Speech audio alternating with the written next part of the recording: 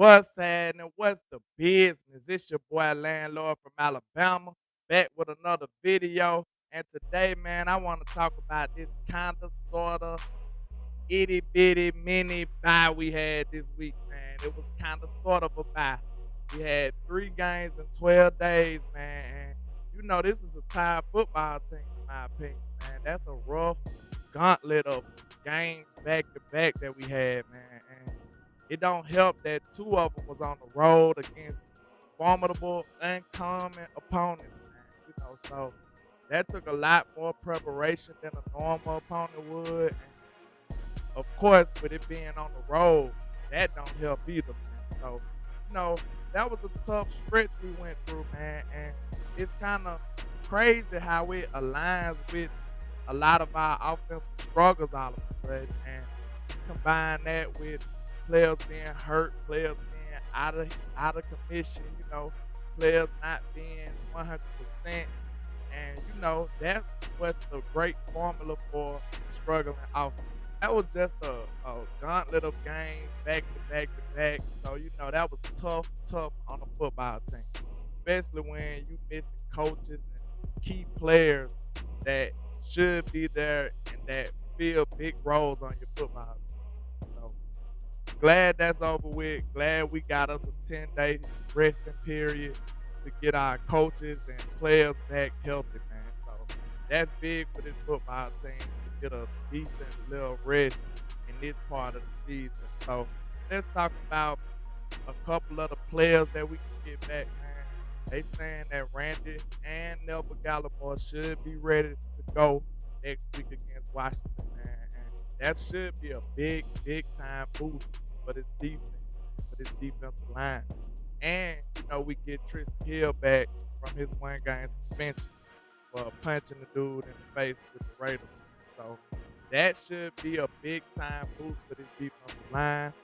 And we know that Washington is going to want to run this ball. So we're going to have to be ready. We're going to have to be the more physical team and be ready and prepared to stop this run, man. So now we got our horses and our dogs back on the defensive line, man. I just can't wait to see Randy, D-Law, and your boy Michael Parsons all coming at the quarterback, man. That is going to be a nightmare scenario for any quarterback in the league. So Taylor Heineke, get your popcorn ready. You need to eat your Wheaties, put your big boy pants on this week because them boys are coming. So, okay. Now, let's move on to the topic. We get a chance to get Zeke a little well-needed rest.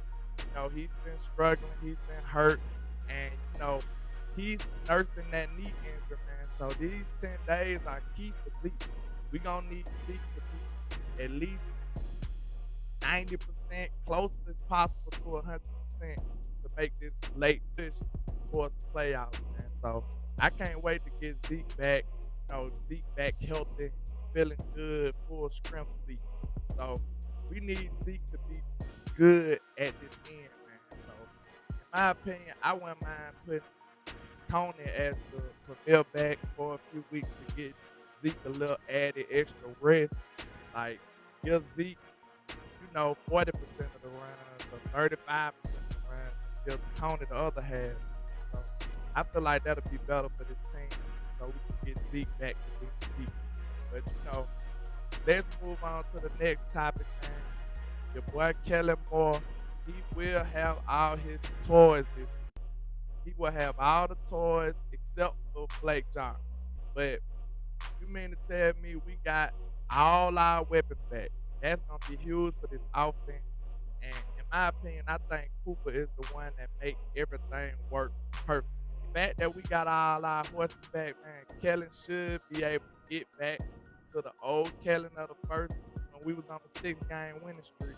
We need to see that creativity and, all that different type of looks and pre-snap motion and stuff like we were seeing earlier. I know we had a lot of success with the 12 personnel, with the 2 tight ends, but we need to get back to the 11 personnel like we used to run last year before that got hurt. We need to get back into that 11 personnel bag. Hopefully we can get Cedric Wilson back this week too. So run 3, 4 receivers out there, man, and just go at these boys. It's go time. Lace up your boots. It's time to get back to being a dominant offense like we used to. So, okay, now we can go to the defense. And Dan Quinn finally got all his horses back. We getting a full healthy defensive line for one of the first times this year. It is the first time this year we got all our horses back. I don't think never Gallimore never even played a game so this year. So yeah, we should get Nelva back, Tristan, and we got Randy Gregory. So he got all his defense horses and toys to play with and bring pressure and cause havoc to Taylor Heineke this week, man. So I can't wait to see what type of games that Dan Quinn gonna play, where he gonna put his queen on his chessboard, Michael Parsons, send him from all over the field, man, and just cause havoc, just try to destroy the quarterback, man. So this is gonna be big. This is very exciting for this week coming up to have a full, healthy defense for the first time this year. So, okay, let's move on to, some of the updates in NFC East. And, the national media try to tell you that we had the worst division, but I'm here to tell you this division has been getting better and better every week. They've been getting their act together. The Eagles been won a few games. Washington has won 4 in a row. So this division is not as bad as everybody think they are. So we are getting into a dogfight. So we can't afford to slip up or nothing like that right now at this point in the season. Like, we need to be on our A game. Hopefully this mini bye give us time to, tweak some things and get back on point to who we supposed to be. Okay. The Eagles got a win without Jalen Hurts this week, man. They got a pulled out a win with Gardner Minshew. And that was a backup quarterback I wouldn't have mind for the Cowboys to go get, but Gardner Minshew played pretty well this week, man. Even though it was only the Jets, the Eagles pulled out a win, man. So now I believe they 6-7, so they only 2.5 games back from us, man. So this division is tightening up. Washington has won 4 in a row.